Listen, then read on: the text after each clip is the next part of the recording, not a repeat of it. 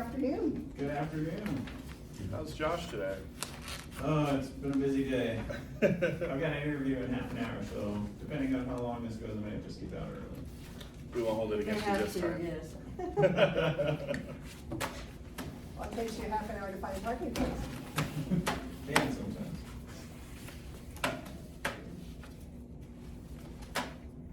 I've worked at some hospitals that you have to almost take a shuttle in. Much bigger facilities. Was that a Kaiser Permanente? No, it was, we had one in Temple, Texas. It was like, 400 plus beds, you know, and Holy so. cow.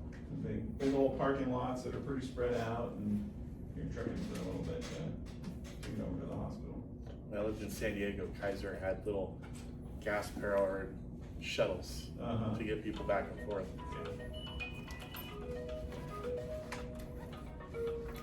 So it is, I believe it is 4, am I right? What? Is it, I'm sorry, is it 2 p.m.? 2 p.m. Yeah. I love the clock back there.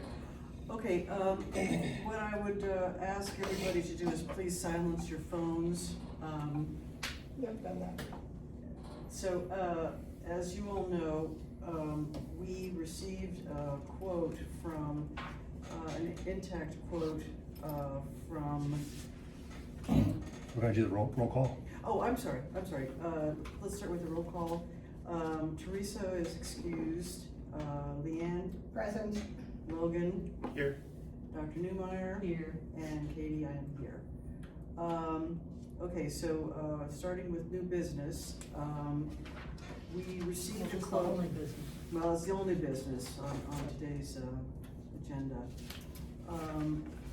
We received the following quote from Atlantic Specialty Insurance Company. This is the same policy that was in place back in 2024. So, I asked the risk management person here at the hospital to help me, get this quote and look into the feasibility of reinstating it. So, So it just expired? it expired while we were not having meetings. There were no meetings being held to continue the policy. So now we have to reinstate it, and it comes in at pretty much the same premium price. They did increase, some of the, coverage, which is detailed in the paragraph under new business. The privacy breach reimbursement coverage, went from 50,000 to 100,000, and the stakeholder derivative demand sublimit went from 250 to 500,000.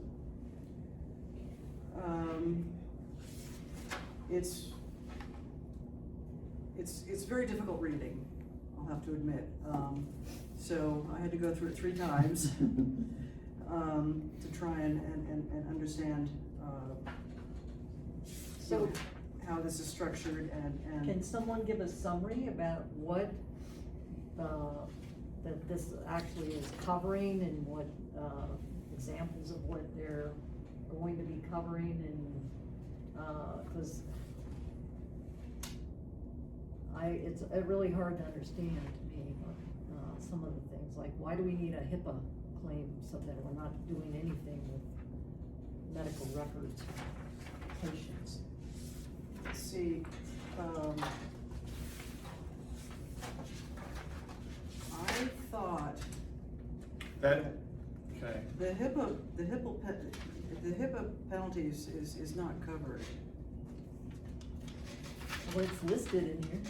And that brings up, And about for $100,000 limit.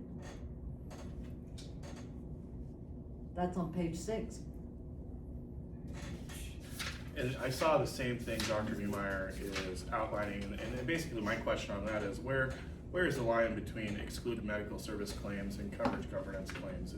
It's not in plain English, and what board level situations should be covered like that? I couldn't make sense of it either.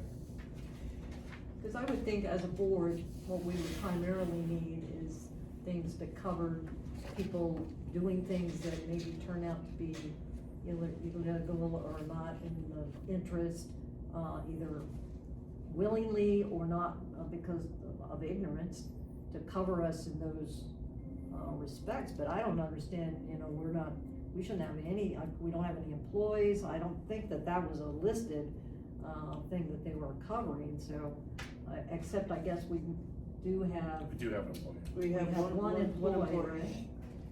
And that brings up a question that I wanted to ask the board and of course Tom, you know, and I've read through this a few times.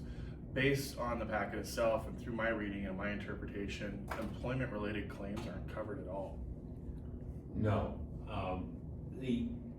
let me roll it back a little bit from the standpoint of what's the purpose of this policy. The policy is, first of all, you as elected officials do not have any statutory indemnification. In other words, what I mean by plain English is if you were to be sued on some claim that you violated your role as a director, there is no statute that protects you.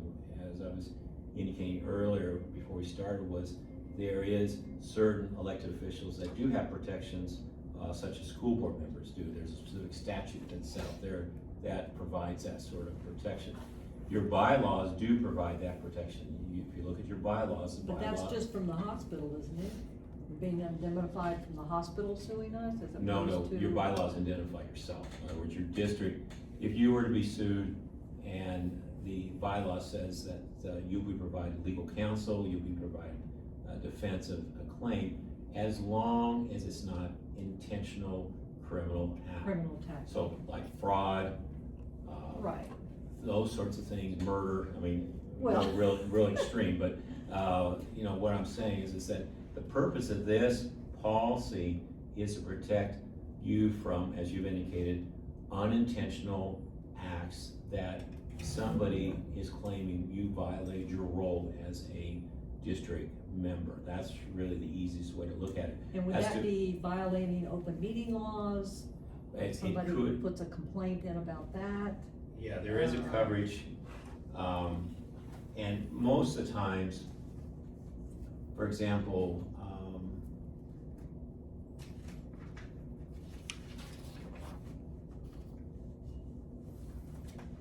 there's mention administrative claims, and administrative claims would be like an open meeting law, would be an administrative type claim.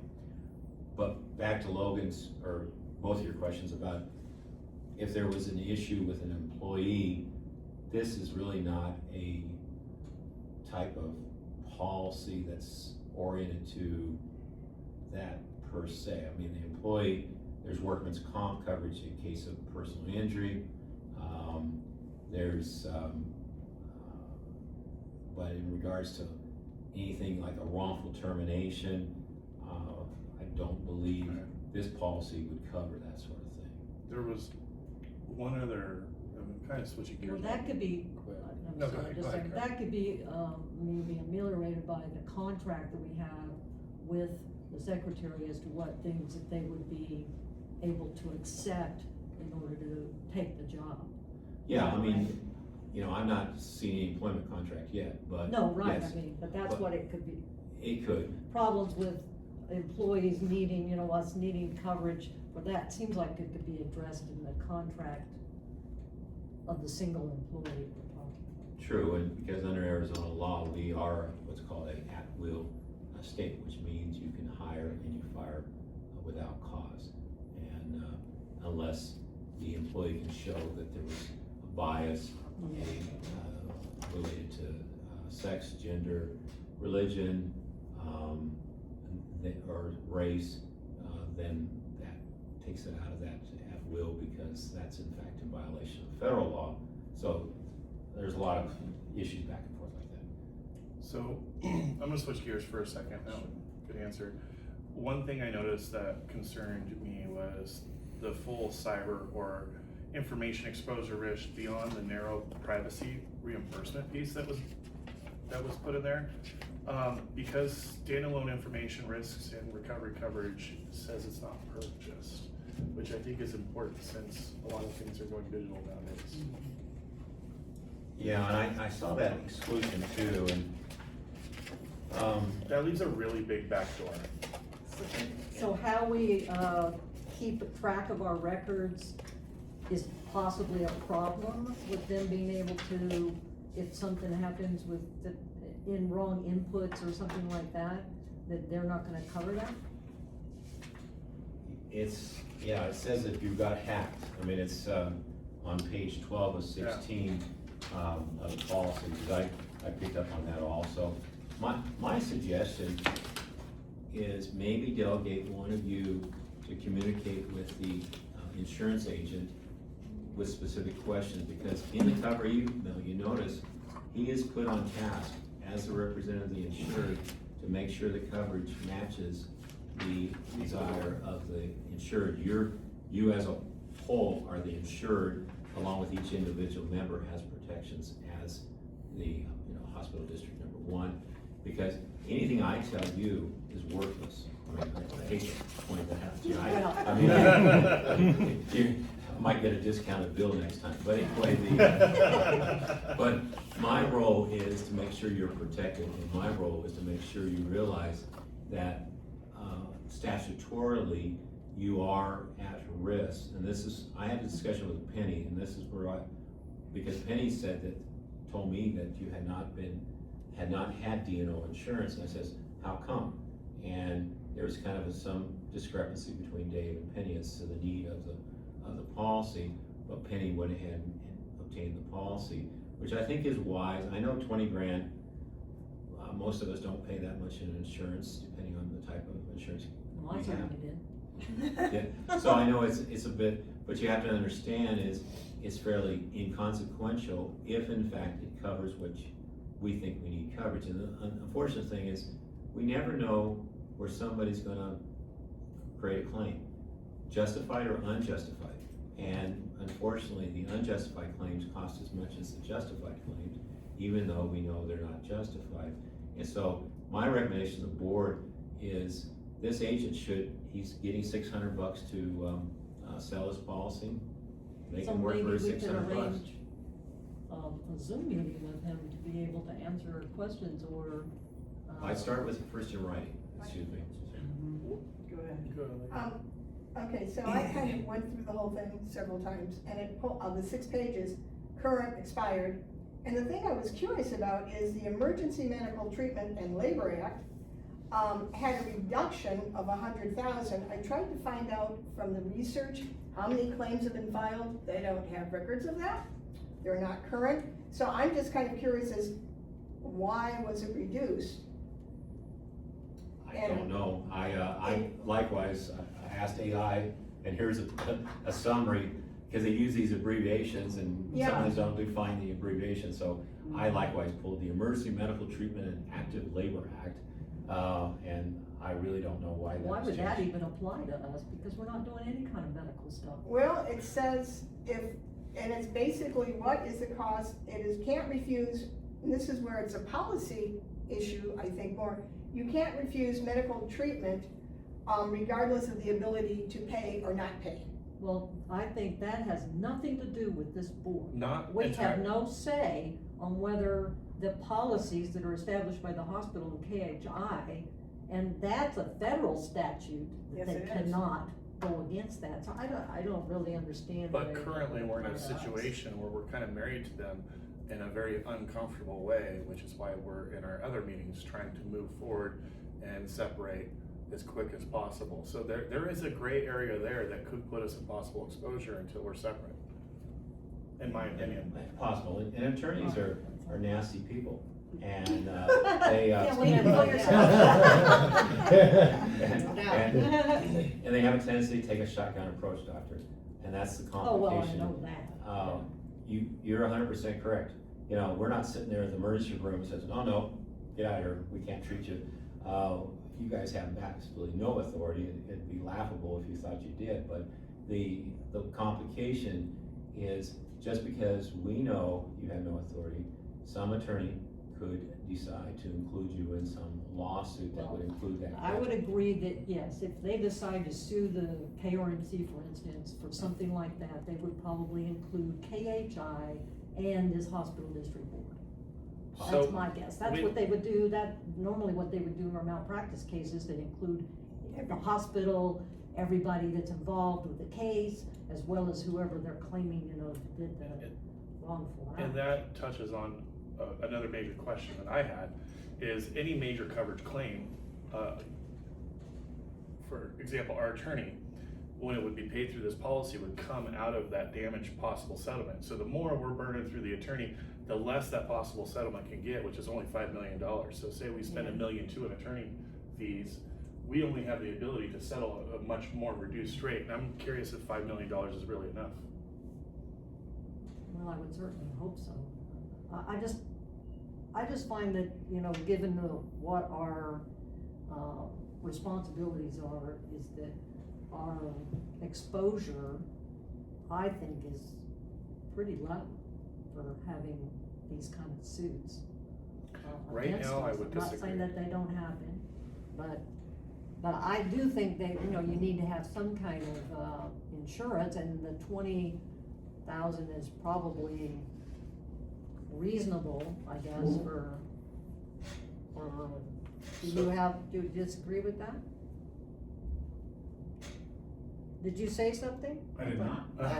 It was the creak of a It was the chair. creak of the chair. Sorry, So it's a really squeaky table. I would like to, is there anybody who wants to, I mean, everybody knows I got my hands full, but is there anybody who wants to head up where we could direct all the questions that we have now for them to be assigned to work with the agent so that we can get this close to a closing deal? Because I know that this is important, we need to get it done as quick as possible. I personally do not have enough knowledge to be able to have a relevant intellectual conversation with anybody. Unless we can put the questions together and submit them in writing, and that's what I suggest, because verbal can be misconstrued. Yes, right. And so you need a written document, so maybe is Well, what I would. pull all our questions and put all together. Yeah, what I would suggest is each of us individually sit down and looking at this stuff, write down on a piece of paper what questions you have in regards to what they're talking about. And then I'd be happy to try and Put them all together? put that list together and even call this guy. But I think that we should arrange, when we do, for them to speak to us, so that other questions come up, if something comes up that they, I mean, I agree that in writing, but I think it would be beneficial to be able to actually talk to somebody. And have it recorded on Zoom too.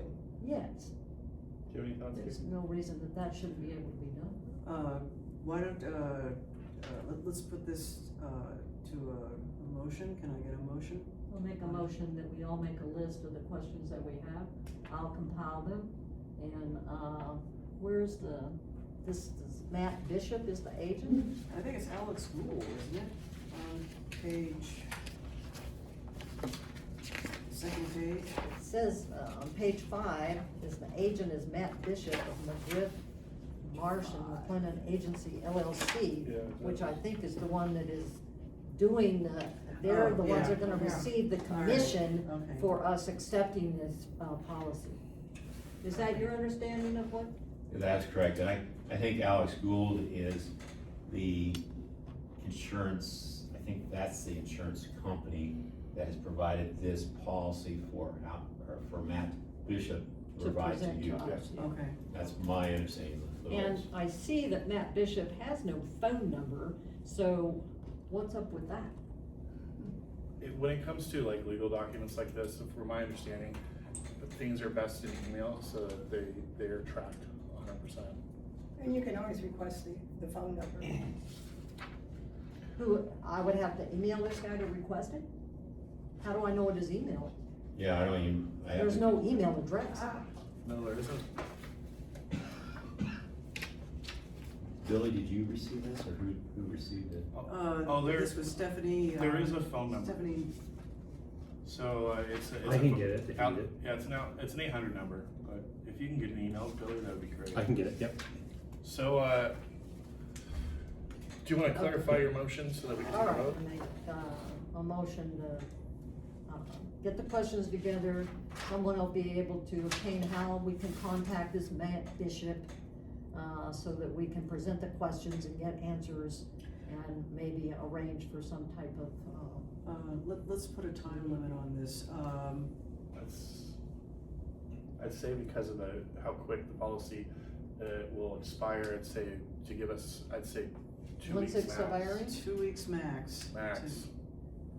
When does We it have expire? 30 days from when we received it. That's 45 days. 45 days, I'm Just, sorry. I'm thinking a month. I'm trying to get people working. Well, we have a board meeting on the 14th. So why don't we present the findings and see if we can invite them via Zoom to the board meeting? On the 14th. I'll second your nomination. All in favor, say aye. Aye. Aye. Aye. Ayes And have then, it. I'll need everybody to get me their questions that they have within, by end of next week. Cause it's already Thursday in this one. So is it worth it to have, our legal team, our legal person, go through and do a scrub looking at exclusions and, what is that? You want me to answer that question? Yeah. I know you're closer to the board member. I mean, the exclusions are what they are, but I have to, I confessed to you last night when we were talking that, it's really gonna be the agents and, you know, what they interpret. There are some pretty substantial exclusions, and that's why I started off my comments in the generality is that the exclusions are all gonna be related to fraud or intentional acts, that wrongful acts. Criminal acts, yeah. Yeah, or even civil, I mean, Oh. something you decide to embezzle monies, which. yeah, Well, that's or- criminal. Yeah, so, well, that's true too, but anyway, the bottom line is, I don't think me giving you a summary of the policy, and I think that's what you're kind of asking is, would be very helpful, because I think hopefully with these questions, we'll elicit some clarity, and maybe the policy is broader it needs to be, maybe it can be narrowed, maybe we need a different type of policy, I don't know. So to answer. And I what can I'm tell saying- you that going through emails, this is not gonna happen. Like, I can tell you, people don't answer their emails right away. I don't, sometimes. That's why I don't want us to wait too long to put our questions together, because we know that, Yeah, even It's get, gonna once take you get time. started with sending the emails with the questions. I propose gonna that be- we have the questions to Dr. Newmeyer by Tuesday of next week, all of us. Anybody That wanna would be second the 31st. Yeah, anybody wanna second that? I'll second it. all in favor, say aye. Aye.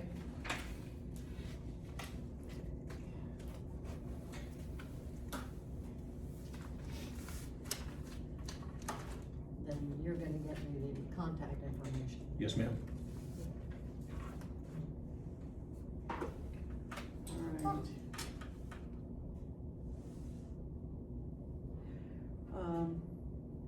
Little thing, kinda jumped out at me, but, if we succeed in getting an office, we're gonna wanna change things like, the address. Correct. But we don't have an office. Yeah, well, we might, We could shortly. yeah. What is it? Can't technically talk about it because it's not on the agenda. I didn't think so. Sorry, guys. No, it's alright, I'm sorry, Carl. But I do wanna share it.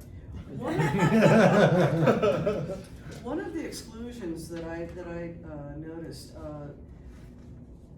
on page 5 of 6, funds transfer for fraud, or funds transfer of fraud coverage. Would that be for, say, like wire fraud? I had some, yeah, because funds transfer fraud coverage, who's committing the fraud? Basically, Well, we were What also. page is it on? We were also talking about, transferring the rent money, via, wire. But, I mean, why would that not be? Which page is it? This is page 5 of 6. yeah, instead of writing Oh, it's checks. down at the bottom, Yeah. because their page I like numbers that. are Top page is different at page the top. 16. Yeah, there's 2 different pages, but, okay, so page 16. What's on top Top of page 16? of funds, transfer of fraud coverage. Well, then that also goes to money orders, counterfeit, social engineering coverage, All which of is, those, yeah. Those are all not covered. I I know, know. and that, Exactly, that's why I'm saying that, these are all exclusions that, those are primary functions do of our they, board. do they make sense for them to not be covered? I mean, somebody could act as, through identity fraud, a director of this board. Mhm. Yeah. Or technology could be hacked and we don't have coverage Yeah. there, and then we can lose funds that way. Right, And, you know, I was looking at all those investigative cost coverage. yeah. exactly. What in the world is that? Is that with the attorney? Is Yeah. that with us hiring a private investigator? Right, What questions is that? about all those, yeah. It's once, you know, a claim has been filed, then they have people that are designated in their organization to do an investigation in that. And then you, if you want, you can hire somebody else if you want someone to try and investigate it according, you know, maybe from your viewpoint or something. So I guess in addition to these questions, I think what we need to do is also have a list of what people think need to be covered. What Mhm. coverage do you Sure, want us absolutely. to have Absolutely. for this thing, so we can present that this is what we want to be covered, and how much would that be?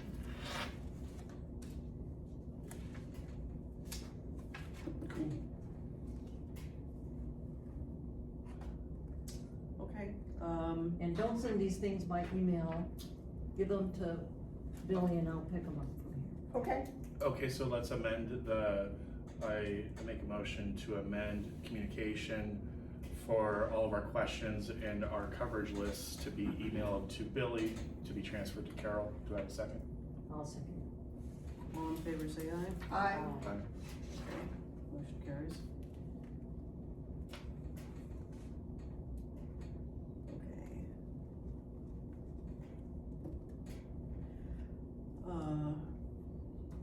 Okay, is there anything else that people are concerned about that, you feel we ought to address today regarding this? No, I think once we know exactly what we wanna have covered, then some of the other stuff may actually not be even, we don't have to worry about even finding out some of the questions that you have. I think once we present what we want, then they can tell us, you know, how much that's gonna cost, and, you know, if there's anything else that they're recommending that we do. and like Logan and others have said, there's gonna be some gray areas. Mhm. Yes. And that, we're not insurance people, we're not experts, so we really don't know what those gray areas are. Right, That's true. yeah. That's why I always like to get 2 quotes. These are hard to find, it's hard to find I'm sure it companies is. that even offer this kind of a policy. All right, anything else that, A motion to adjourn. Yeah, motion to adjourn. I make a motion, all in we favor, adjourn. say aye. A second? Okay, all in favor, say aye. Aye. Aye. We are adjourned at 2:27.